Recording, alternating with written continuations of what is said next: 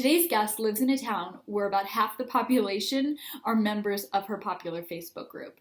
Melissa Fassel Dunn is here to show you how to run a successful group on Facebook.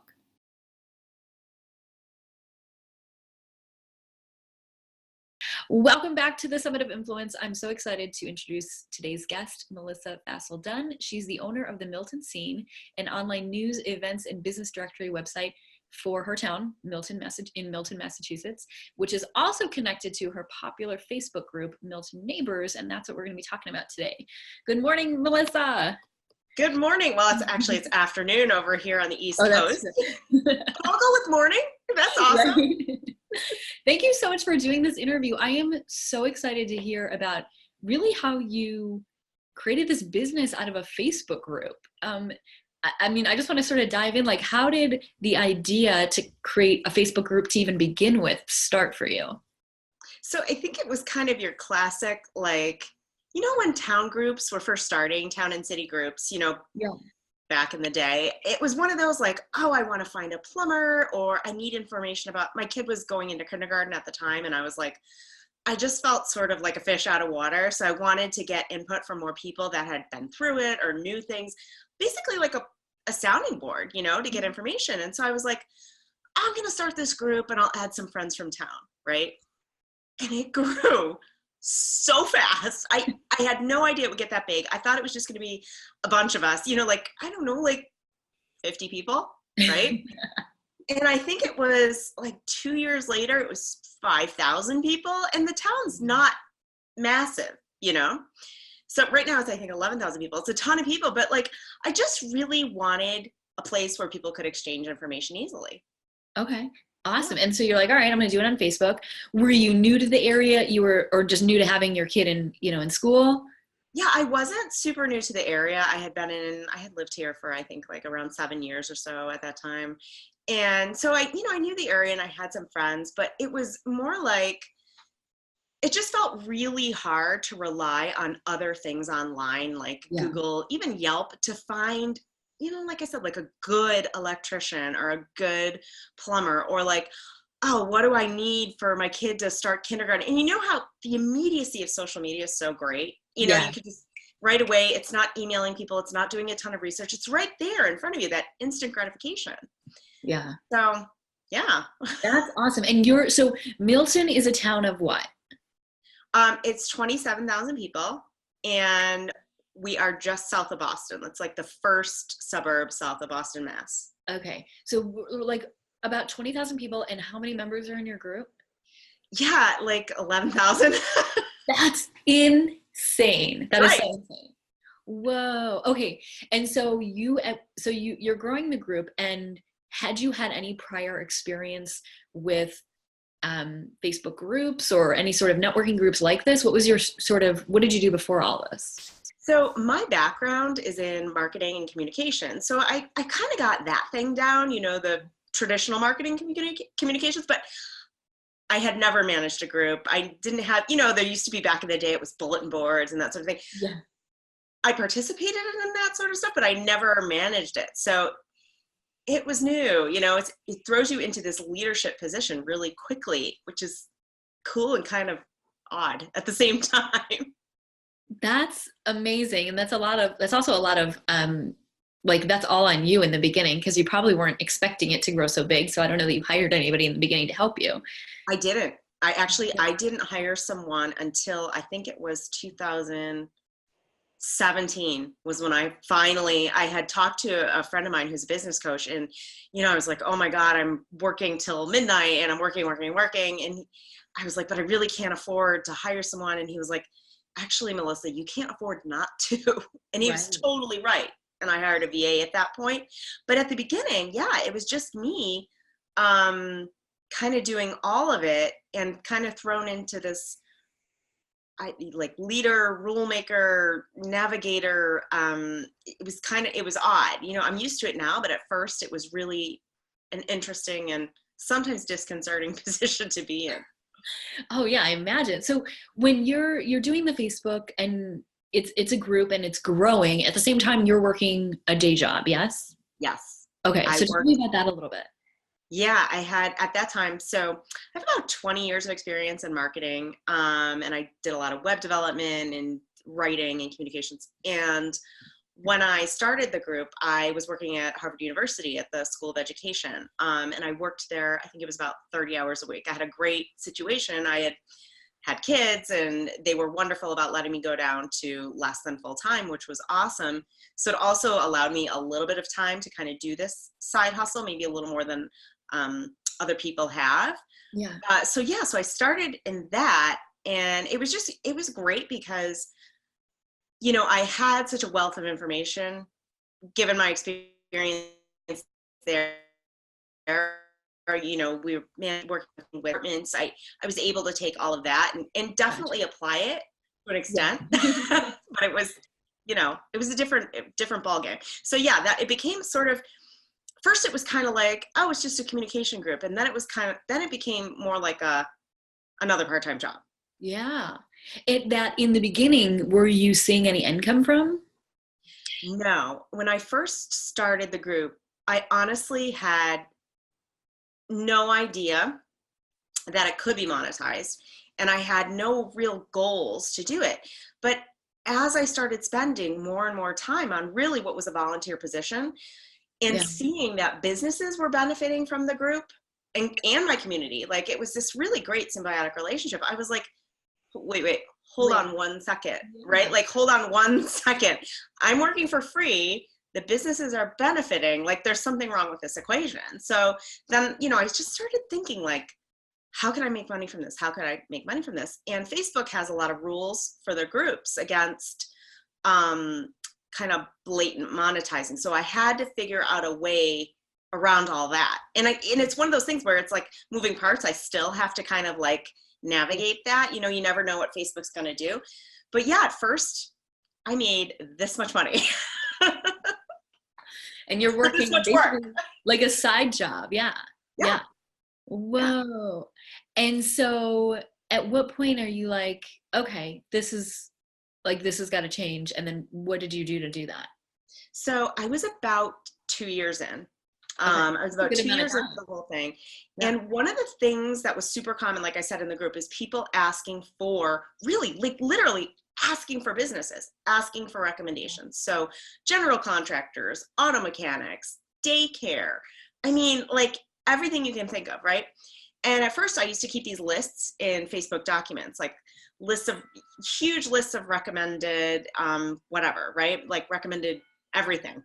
And that became, I don't know if you've ever used Facebook, the docs in Facebook, but they're Yeah. not the easiest thing in the world. Yes. And it became cumbersome and no one was using them. Like no one was using them. So I was spending all this time like, hey, go look at the document for this, whenever someone was recommending someone.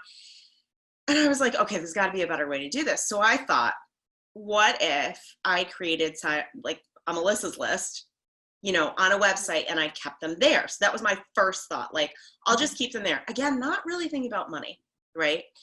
And then I was like, well, what if I, figured out a way to monetize that? What if I put ads on the website?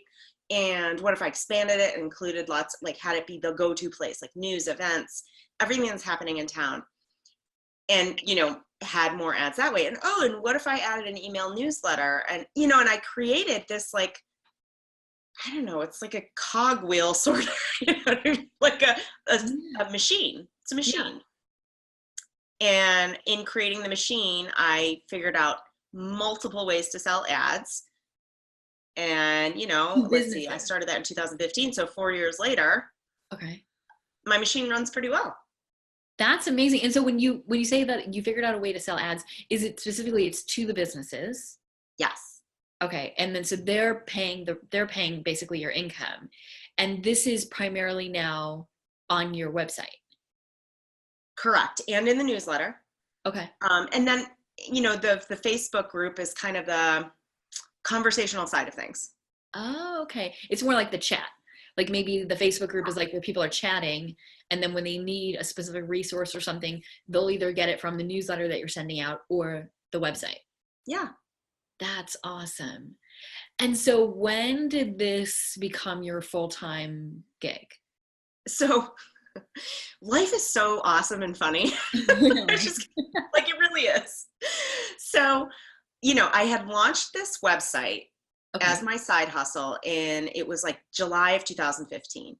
And it was about 6 months later, July of 2015, February of 2016, I got pulled into my boss's office, and he was like, we're restructuring the department, handed me an envelope at Harvard and was like, I'm so sorry, you're being laid off. And I Oh was my like, gosh.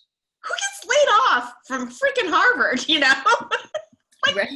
that never happens, but it does. It does happen. And I was just kind of dumbstruck, but I'm not one of those people to go into the woe is me thing. I'm like, Yeah. oh, okay, well, how can I turn this into whatever? So I walked out of the building, and I remember it's like 1:00 on like a Tuesday or something. And I called my husband, and I was like, you're never going to believe this. Like, I got laid off. And he was just like, oh my God, I'm so sorry. Like, oh, don't worry about it. You're so talented. Well, you'll find Right. something in no time. And I was like, oh, no, no, no. I'm pretty sure this is the best thing that's ever happened to me. And I'm like, I'm going out on my own, because the thing is, I always really wanted to do something entrepreneurial, but I was always too afraid. I was too Oh, afraid. I had a dream job at like the best university maybe in the world. right. And I worked with amazing people, really smart people. And, I sometimes I got bored, but I wasn't like, oh, I'm going to leave here because I'm bored. No, you don't leave Right. Harvard because you're bored. Yeah, that's a hard thing to pass up. Totally. So, this kind of like little bump in the road it opened up this opportunity for me to go full throttle into the entrepreneurial world. And like, I was just so, honestly, it was kind of relieving. I was so happy to be able to do that. That's amazing. I don't know how many people that don't plan it out already have, like maybe they're working on their side hustle. And at this point, did you have an income coming? You had a little bit of an income coming in? I did. And honestly, it was, I had income coming in. It came in like, it came in fast. Like, as soon as I started the website, it was like I started getting clients like right away. It was great Wow. because I had a community. They wanted it. Yeah. But I didn't really, it was like, fun money, like, let's go on a Yeah. vacation money. Like, Yeah. Yeah. and so I didn't go, I couldn't go full force into it because I did still have Yeah. this other job Yeah. and my 3 kids. But I was able, when I stopped, to like, I turned up, I turned up the machine, so to speak. I started making the machine move faster. And I knew I knew the opportunity was there. It was just a lack of hours really available to work on it. So yeah, I had that side hustle in place, but I really didn't have a plan in place to make the side hustle the main thing. It just worked out that way. Yeah, and it was like I don't know very many people that don't plan it, that it works out that way in this perfect storm of timing, right? So like Harvard, that gig's ending, and it's like, wait, I have this side hustle that's bringing in an income, and now I can go full force on this, and then that can be your main thing, which is amazing. At what point did you bring in like help, or did you bring in help when you were specifically with the Facebook group, or did you wait until you had the website? I waited. So I had the website and I was working a lot, on the website, Yeah. a lot. And I brought in help. I want to say, let's see, I think it was a year and a half.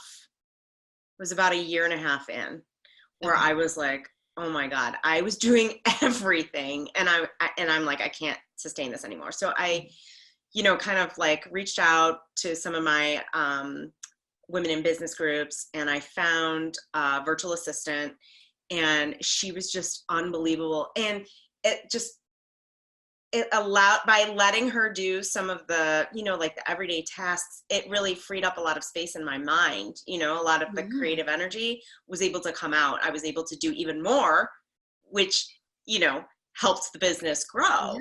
Yeah. But that's like a tough leap to take, I think, sometimes to, I'm one of those people where I'm like, well, only I can do it right. But I do it right, and they might not do it right, you know.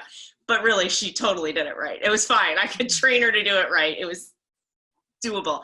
And I think like letting go of that kind of like, oh, I'm the only person can do that is super, super important. And it helps me a lot. And now I'm like, oh, who can I like pass this off to? Right. Who else can do this? Yeah.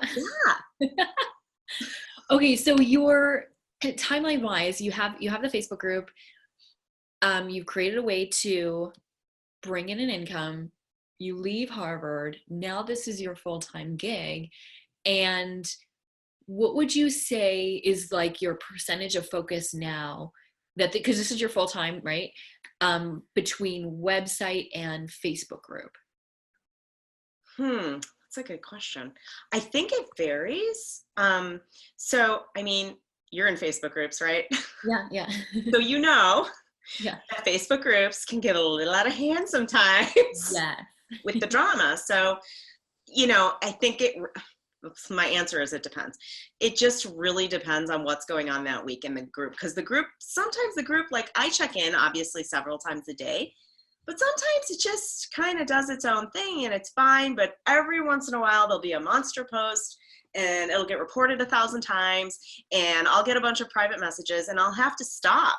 And it can be like a little bit disruptive. So the great thing about the business is I always, with my stories and my website, I always have everything planned out pretty far in advance. Okay. Which allows me, you know, the ability to be like, okay, I'm going to have to take a few hours off and deal with this Facebook fun. Gotcha. You know, I think like I batch a lot of my content, you know, I batch a lot of the stories and I have a virtual assistant that helps me, which is great. So, I mean, I would say right now, the two of them together probably comprise like 30-ish hours a week. Okay. Again, that can vary. And the great thing about doing this is I can prepare in advance also and take like a 2-week vacation. Right. Yeah. No problem. So that, you know, I would say it's about 30 hours-ish a week, 25, 30. But then I'm also working on developing a course for teaching people how to do all of this. So that's taking up a fair amount of time as well right now. I'm working a lot. Yeah, because that's like a whole nother thing. So I want to hear about that because you figured out this really interesting way that didn't seem to start as a plan for a business or a way to monetize. It ended up being that. And so now you're teaching other people to do that. So tell me about this course that you're creating. Yeah, I mean, I definitely like broke all the rules. Like I definitely broke every single freaking rule. No business plan, no plan. No like organized goals, like none of that. I didn't have any of that in place. Even though I'm a total planner, which is hilarious.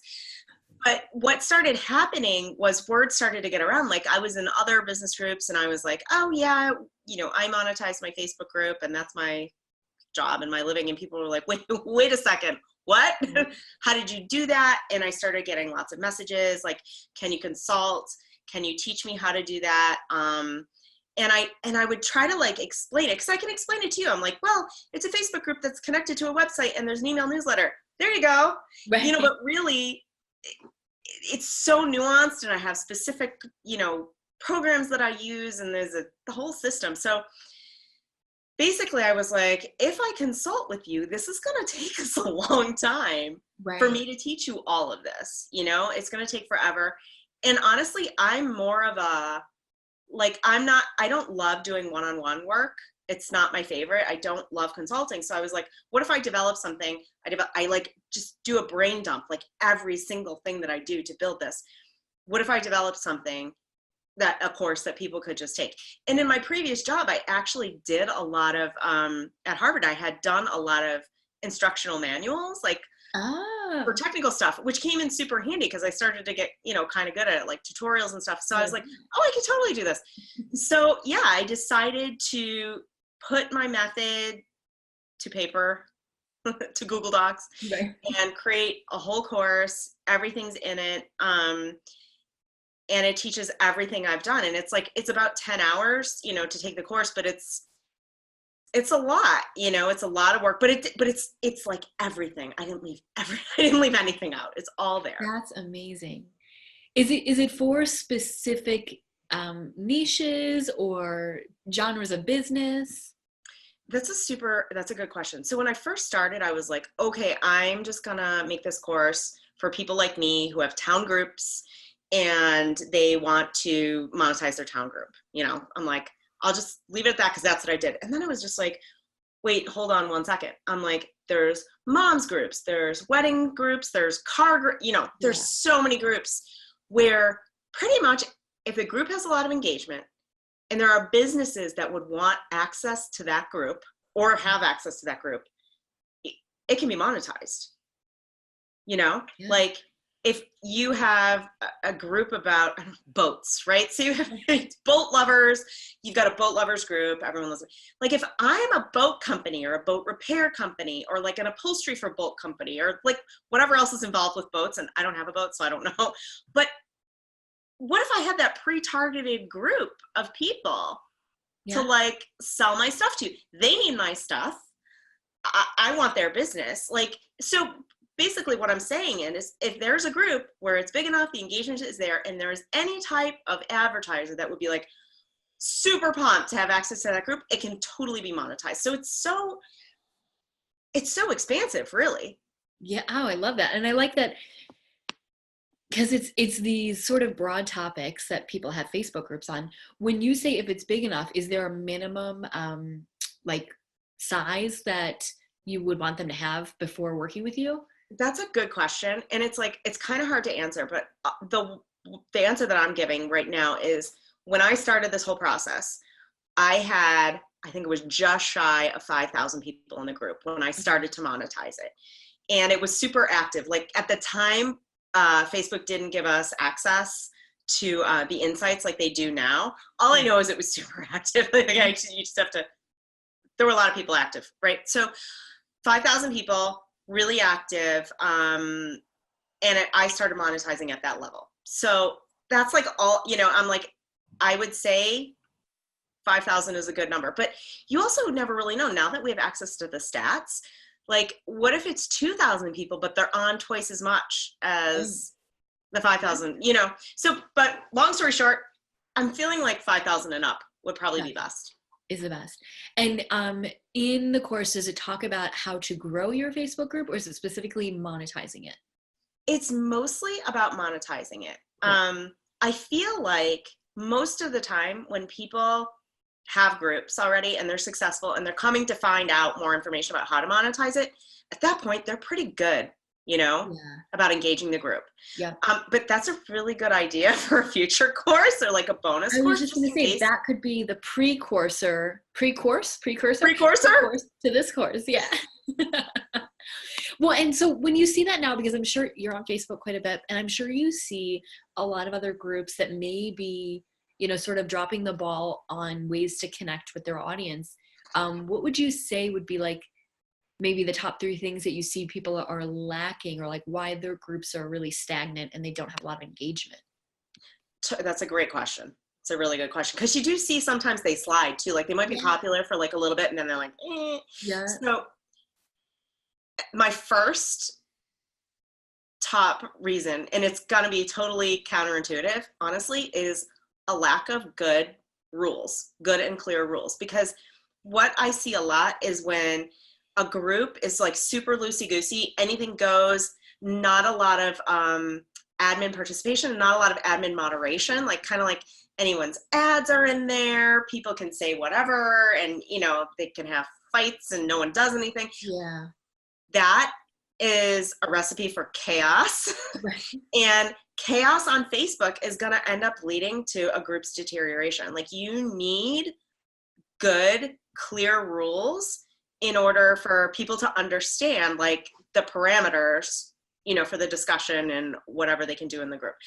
And another reason for that, another great benefit of that is if you do decide to monetize and there's there's a ton of ads allowed in the group, it's kind of hard to be like, oh, wait, slamming the door on those ads, you can't have those anymore.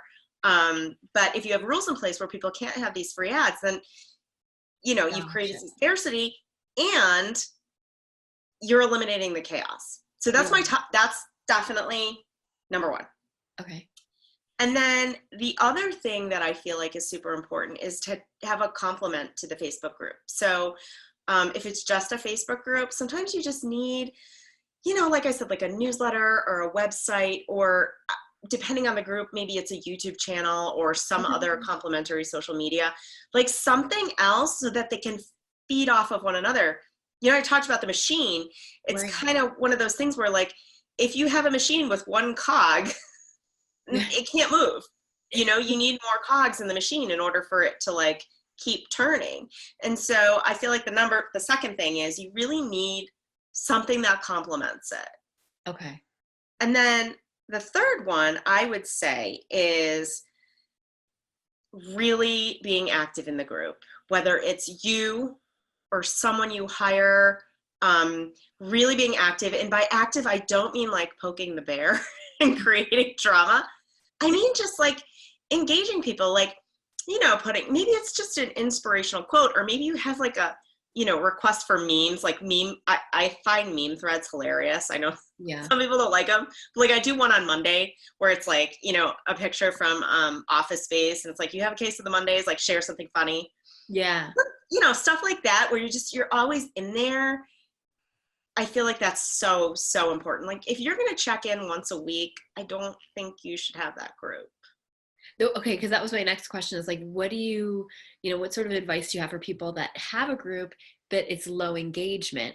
So maybe checking in, would you say daily, or having somebody check in daily?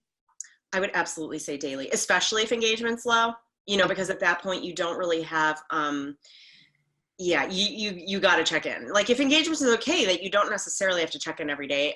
But if it's low, checking in with, like I said, like kind of like fun posts, even inspirational things. Like everyone loves something that makes them feel good.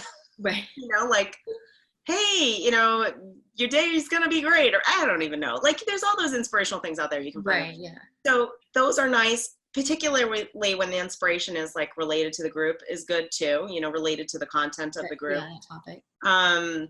And polls, oh my God, polls are huge. Like there's this woman, Liz Teresa, she's just amazing, and she's an entrepreneur as well. And she has a group, and she posts like totally not related to business polls, like all the time, and they're fun. And one of them recently was, have you ever done goat yoga? Like, so I'm kind of like, no, but I definitely want to see how many people have done it. And I totally want to read the comments. Oh yeah. Just getting the conversation going. Yeah. And a poll, honestly, if you don't know, if you're just like, oh my God, I don't know what to talk about, do a poll. Okay. Just a fun poll. Ask the goat yoga poll. Yeah.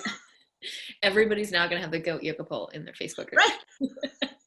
So what would you tell somebody who is, let's say it's an entrepreneur who's, they want to start a Facebook group, but they might be limited on time, or they have one that has low engagement, or something where they're like limited on time,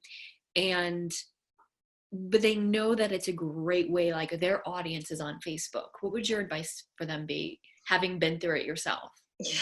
So 2 things. The first thing is you can batch your content and schedule it in advance. Like that's huge. So doing that would enable you to create polls, inspirational quotes, like funny meme things, all of that. You could set aside an hour, whenever you have it. Hopefully you have an hour. I know it's hard. I hate it when people are like, carve out an hour. Like, are you kidding me? I don't want it. What am I going to carve that out of air? But anyway, I'm going to say it anyway. Carve out an hour. Carve out an hour. And you can batch things ahead. So you can either schedule them right in Facebook, right in the group, which is handy. I think Facebook allows you to schedule up to 2 months in advance. So great. That's a lot. Yeah. I would personally recommend doing it like a week at a time, because you don't know where the conversation is going to go, and you don't want to schedule all this stuff in advance and have people be like, well, we were talking about that 2 months ago. Like, what? Right. It looks weird. Makes you look stagnant. So I would do it, a week in advance. You can schedule it right in Facebook, or you can use a social media scheduler like Hootsuite or Buffer. And the great thing about those is if you have a complementary social media presence like YouTube or Twitter, Instagram, you can kind of schedule everything in that system ahead, which is nice. But so that's the first thing. Schedule it in advance, batch schedule it, do it a week at a time. And then the second thing is, I had this misconception that hiring somebody like as an independent contractor was going to be, I don't know, it felt insurmountable. Like, oh my God, I can't hire anyone. I'm not that big, but you can go out in these business groups, and you could go on Fiverr or one of those, websites like Freelancer or Fiverr, and hire someone to do it. It's not that much money. And if you're doing this batch content where it's like an hour, you can pay them for, some people just really want the hour's work. Yeah. And you could pay someone for an hour, maybe you pay them like $20-25, 1 hour, 2 hours, and that's it. And I mean, it is an investment of sorts, but it's relatively short money, and then it allows you to, do your own thing and, put that hour towards some kind of creative project if you want. Absolutely. That's awesome. I think a lot of people, they get a little put off, or they get a little afraid of the commitment that a Facebook group is. They get excited by the possibility, but then the commitment or the work that's involved, and it is work. I mean, it's a lot of work, especially in the beginning. I'm guessing you would attest to. But I think in the beginning, they get a little freaked out by it. Like anything, I feel like in the entrepreneurial space, it takes a while. Like, it's work and it takes a while, and it's not like you're just going to overnight, create this huge booming Facebook group. No, absolutely. Yeah. I 100% agree. And the thing is, I mean, also like give yourself some time and cut yourself a little slack, because I know we tend to be impatient about this. I mean, I have a group for my monetizing community, and I started it like kind of a few months ago when I started building the course, and I didn't nurture it as much as I should. I'm being a little bit better about it now, but it was the same thing. I was like, well, I started the group. Where are all these people? Why aren't they here? Come on, and then I had to really follow my own advice and start to do these quotes and schedule things in advance. And now it's starting to grow, because the other great thing about the group is like, it can like start slow, but then it can really take a life of its own. Like, once people start coming in, the Facebook algorithm is like, oh, this group looks kind of interesting. Let's, recommend it to more people. And then the other thing that I always recommend, and I understand the trepidation behind it, but like, if you can go live in the group, you're going to get people to show up that much faster. If you can like get over any fear of going live, which I have, everybody has it. No one's like, hey, look, I want to be on, look, there I am. Hi, everyone. But I mean, if you can kind of get over that, it will speed up the growth process a lot. That's Even great to know. live for 5 minutes. Yeah, that's really great to know. That's awesome. Well, Melissa, thank you so much. This has been so insightful. I know a lot of people really want to delve into Facebook groups, but are a little apprehensive. And I can't get over the amount of people that are in that town, and then the amount of people that are in your Facebook group is just ridiculous. That's amazing. So where can people find you? So they can, to check out the course and to check out my group, they can go to grouptize.com. It's group, GROUPTIZE.com. And on there, I also have like some tips on monetizing your group, because I built my machine this way, but I have a whole list, like a freebie that people can check out, where they can, think about other ways that they might want to build their own machine and monetize their own group. So yeah, that'll get you started, and there's lots of information there and a blog, and check it out. Awesome. And then monetizing your Facebook group is going to go pretty soon this year, but it's 2019. It's going to launch, right? It is. It better launch in 2019. For anyone who's launched a course, they know you think you're going to launch, 6 months before you actually launch, at least. My plan is to launch it the week of October 21st, but definitely I would advise people to check out the page, because if you get on the early bird list, there will be a discount for the course as well. Awesome. But yeah, plan is October 21st. Everyone, please cross your fingers for me, because I really want to release it into the wild. And they can find that on your website. Absolutely. Yes, they can find that right on the website. Below. We'll put the links. Well, thank you, Melissa. This was awesome. I really appreciate it. You're so welcome. Thanks for having me. Thanks.